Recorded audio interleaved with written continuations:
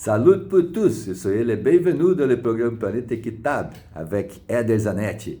It is the chapter 7 of our work on regenerative agriculture, and today we will be talking about integrating livestock to this multiple use that we are doing of our rural property.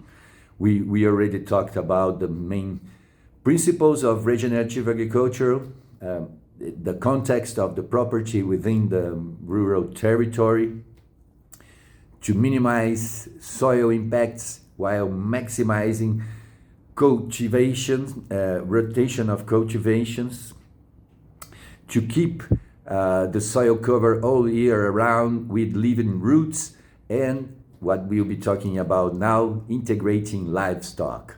We already talked about the no-tillage practice, which increases the water quality and quantity within the water basin. And then we discussed about, of course, the increase of productivity with the regenerative agriculture. And yesterday we talked about the tree, how you implement trees within your property. And of course, then you have the possibility of having agroforest system, and the trees represent a savings account for the landholders, or a biodiversity credit when this is a threatened species. And today we are talking about integrating livestock, so we can have the agricultural, pasture, and silviculture integration in a rural property. So today we emerge with the possibility of having the silvipasture systems within our property, which are really come into privilege, let's say, for the animals living in the tropics, to have shadows. Now, the tropics are really hot all over the year, so when you have a tree to provide this shadow, it will create a savings account for the landholders and a nicer environment for the animals.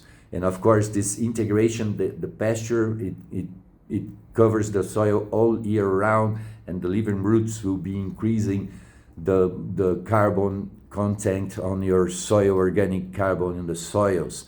And of course, when you have this rotation of cultivation, you have agricultural putting some inputs, you have pasture putting another inputs, and then you have trees, you have a different biodiversity being cultivated over the soils, and this will be reflecting on the biodiversity you will have within the soils as well.